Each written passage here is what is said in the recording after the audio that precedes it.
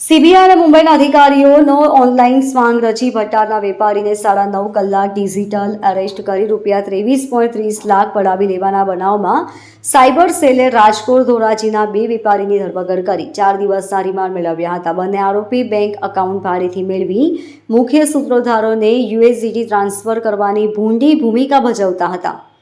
ભટારમાં રહેતા દક્ષેશ જયંતિલાલ પારેખને અજાણ્યાઓએ કોલ કરી પોતાની ઓળખ અલ્પેશ શર્મા તરીકે આપી હતી. પોતે ફેડરેક્સ કુરિયર કંકુનો કર્મચારી હોવાનું જણાવી વેપારીને તમે જે કુરિયર મુંબઈથી તાઇવાન મોકલાવ્યું હતું તે મુંબઈ એરપોર્ટ ઉપર કસ્ટમ વિભાગ દ્વારા સીલ કરવામાં આવ્યું છે.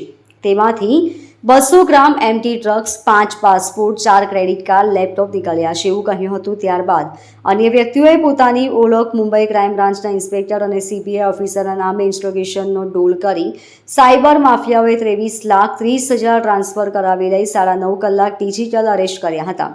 સાયબર સેલે આ કેસમાં અગાઉ સુરતના બિલ્ડર સહિત 4ની ધરપકડ કરી હતી. તેઓ કમિશનની લાલચમાં બેંક એકાઉન્ટ ભાડે રાખતા હતા.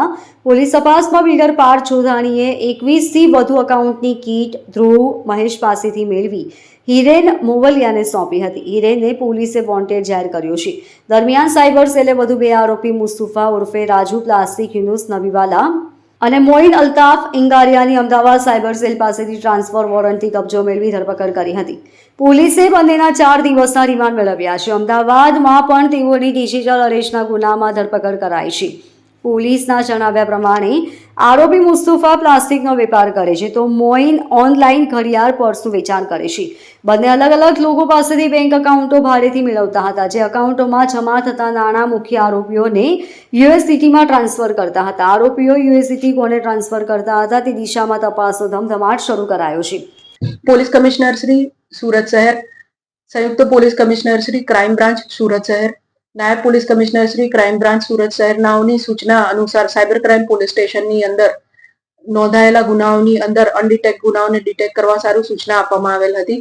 તે અંતર્ગત ગત વર્ષે સાયબર ક્રાઇમ પોલીસ સ્ટેશનમાં એક એફઆઈઆર નોંધાયેલી હતી જેની અંદર અરજદાર સાથે કુલ 60 લાખ રૂપિયાનું ફ્રોડ થયું હતું.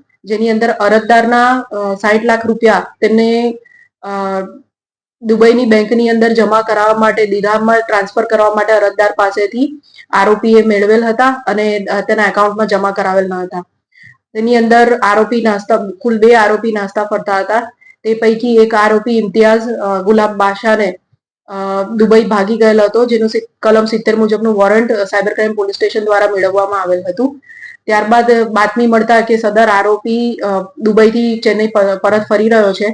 સાયબર ક્રાઇમ પોલીસ સ્ટેશનની ટીમે ચેન્નઈ જઈને આરોપીના ટ્રાન્સફર વોરંટ મેળવેલ તથા અત્રે લાવી વધુ પૂછપરછ માટે તેના રિમાન્ડ મેળવીને ઇન્વેસ્ટિગેશનની કાર્યવાહી ચાલુ કરેલ છે. કુલ અમાઉન્ટ 60 લાખની હતી. એમાં હાલ જે આરોપી પકડાયેલ છે એના એકાઉન્ટમાં કુલ 12.5 લાખ રૂપિયા જે તે સમયે ટ્રાન્સફર કરવામાં આવેલ હતા. Bureau report LK star news Surat.